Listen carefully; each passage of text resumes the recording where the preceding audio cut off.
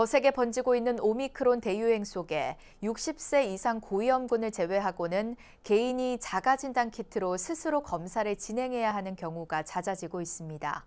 이런 상황에서 자가진단 키트를 갖고 하는 신속 항원 검사에 대해 궁금증도 커지고 있는데요. 동국대 일산병원과 함께하는 기획 리포트 김호중 기자입니다. 약국 등에서 판매하고 있는 자가검사 키트입니다. 의료진이 아닌 일반인이 사용할 수 있도록 한 제품으로 20분 이내 결과를 확인할 수 있는 신속 항원 검사입니다. 검사기와 면봉, 검체 추출액, 튜브, 필터캡, 폐기용 비닐봉투 등으로 구성되어 있는데 감염자를 양성으로 판별하는 비율인 민감도와 감염되지 않은 사람을 음성으로 판별하는 비율인 특이도가 식약처 기준을 충족해야 합니다. 식약처에 사용 허가를 받을 때 민감도 90%, 특이도 100% 정도의 데이터를 사실 다 제출을 했고, 제품을 뜯어보시면 코에 넣는 면봉의 길이나 아니면 이제 폐기물 처리할 때 사용하는 비닐의 크기, 이런 것만 다를 뿐이고 사실 거의 유사한 이제 구성품과 같은 방식을 사용하고 있습니다.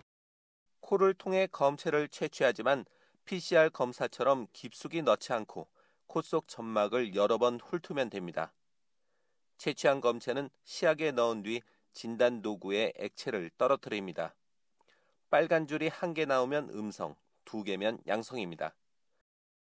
코 속 검사가 불편해도 아직은 침 검사보다는 효과적인 것으로 알려졌습니다.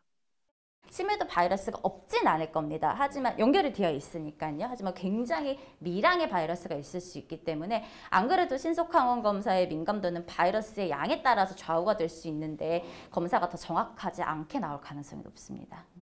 신속항원 검사는 말 그대로 빠른 검사법이지만 정확도는 다소 떨어집니다. 최근 대한진단검사의학회는 신속항원 검사 민감도가 40%로 10명 중 6명은 감염됐어도 음성으로 나온다고 추정했습니다.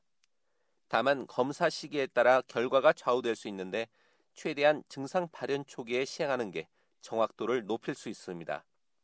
증상이 발생하기 그 전에 바이러스 배출량이 가장 많고 그때 이제 다른 사람들에게 전파를 시킬 수 있다는 게 사실 굉장히 특징적인데요. 그래서 증상이 발생하고 사실 한참 뒤에 검사를 시행을 하시게 되면 이미 바이러스 배출량이 굉장히 줄어들면서 검사가 잘 안 나올 수도 있습니다.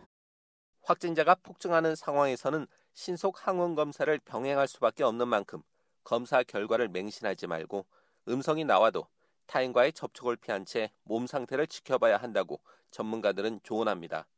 BBS 뉴스 김호준입니다.